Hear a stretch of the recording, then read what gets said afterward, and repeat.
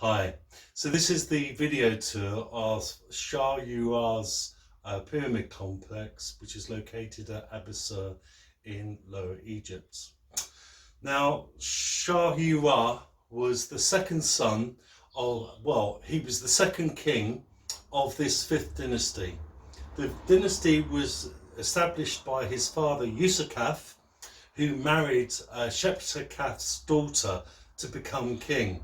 So commoners could be empowered with kingship if they married a royal princess. So Sahura came to the throne quite elderly. He only ruled Egypt for between 9 and 12 years in 2491 BCE, which is 4,511 years ago. To give you an overview of the king, Egypt is very stable at this time. He sends off expeditions to the Lebanon for those beautiful red cedar trees that they need to use to make doors and coffins and furniture and things like that. He sent expeditions to the Sinai to mine turquoise, a beautiful turquoise stone, and also for copper.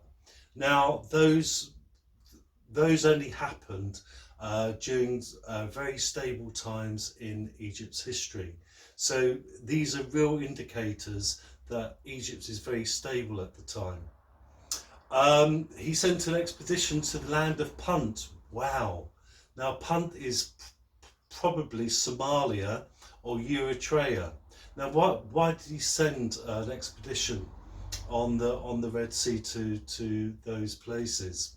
Well, the land of Punt to the Egyptians was a mythical place where it had lots of wonderful products that they couldn't get in Egypt. Things like leopard skins and ivory, maybe some frankincense, maybe some bitumen. So, it was a demonstration of the king's power by being able to send an expedition to those places. Another expedition, of course, was to Abydos, to seek the favour of Osiris, so that when he eventually dies, Osiris will recognise him as being a dutiful son, as the living Horus, who made offerings at his cult temple in Abydos. Now let's get on to the pyramid itself. So we've got the pyramid. These are much smaller affairs now, only 47 metres tall. It was called Seket Ra, which means the field of Ra. And you'll notice at the end of his name is Ra. So I like to think of this fifth dynasty now as the dynasty of the sun, because most of these kings have got Ra at the end of their name. To build it, they constructed the burial chamber above ground with a descending passageway and then core stone on top, with Tura limestone on the outside. Now, the Tura limestone's lost. We've got no evidence that this was painted red. Possibly Khafra and Menkaura's pyramids were painted red, which would have been an expensive luxury, especially since the dye comes from the cochineal, the beetles. The mortuary temple has two parts. It has a chapel for the priests to sacrifice the animals and to offer those offerings to the king's spirit. Remember, the king's spirit lives on.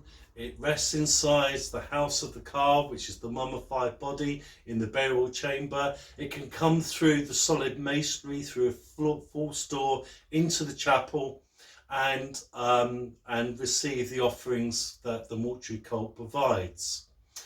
The other part of the mortuary temple is the courtyard.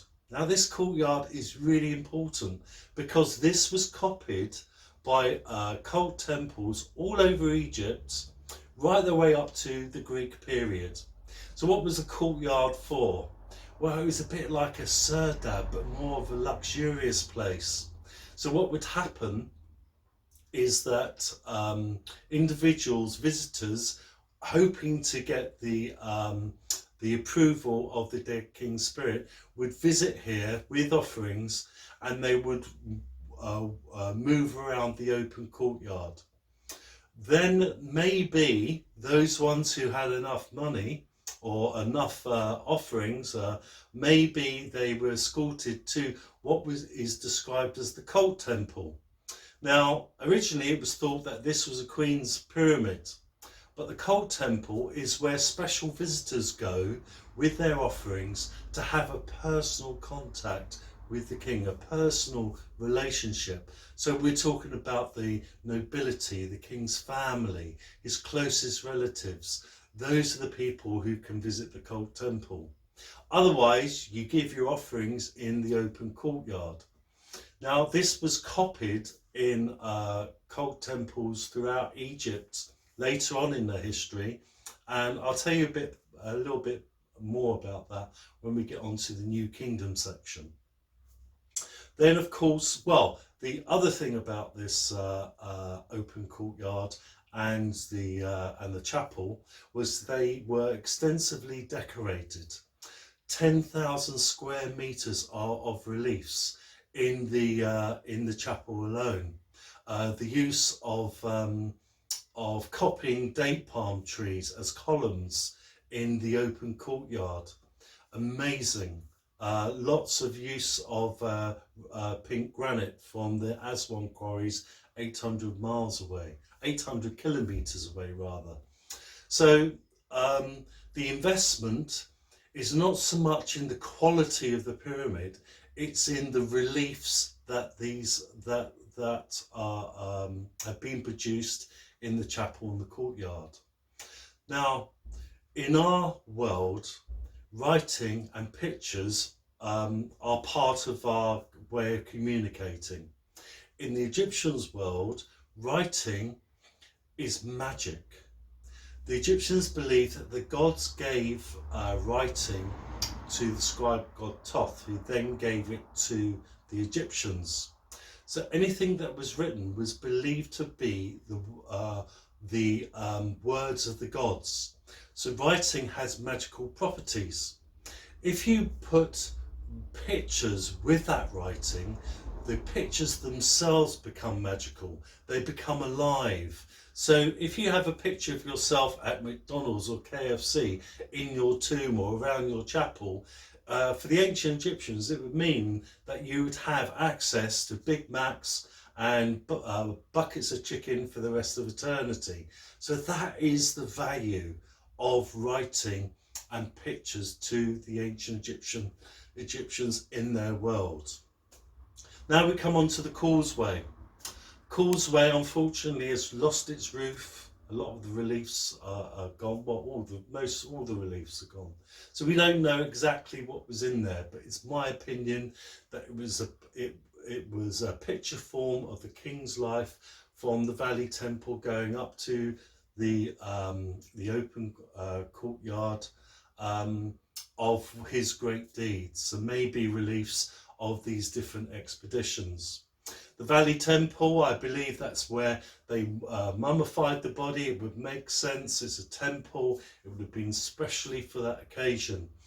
Later on, when the king is buried in the pyramid, the Valley Temple becomes part of the visitor attraction when the pilgrims come asking for favours. Now, it's got two landing stages. The landing stages were connected to a man-made canal. Man-made canal was connected to the River Nile. So, of course, the Nile has different sort of levels. It goes up and down in the summer and winter. And that's why there are two landing stages, for the dry period, for the high Nile. It's quite interesting. He did send a military expedition to Libya. And the Libyans were known, they were sort of a semi-nomadic people at that time, and they would come in from the desert and attack various Egyptian towns. So maybe there were some problems with Egyptian towns in Lower Egypt, which is why he sent an expedition to smite the Libyan chiefs. They did build forts out into the desert to deal with that threat as well. 10,000 square meters of reliefs. Wow, that was something. And there was a sun temple, but as yet it hasn't been found. It's a fabulous place to go and visit. The only thing is, years ago, when I was a lot younger, of course, you could go to Egypt, you could go to Abusir, and the guides for a small baksheesh, a small tip, would let you wander around. Then, around about 15 years ago, the Egyptian government realised that people really did want to visit Abusir, so they set up a ticket office and that sort of thing. And then, unfortunately, the visitor numbers dropped, and it wasn't worth having guides and a ticket man at Abusir. So the site's now closed, but you can get special permission from the inspector at North Sahura, and it's well worth a visit. So the pyramid of Sahura, sometimes called Sahura, it's worth going to visit. Anyway, thank you for listening, and if you've enjoyed this video, please go to GoFundMe and make a small donation of £3 so I can go to Egypt and video this on site at the pyramid of Sahura. Thank you very much. See you soon. Bye for now.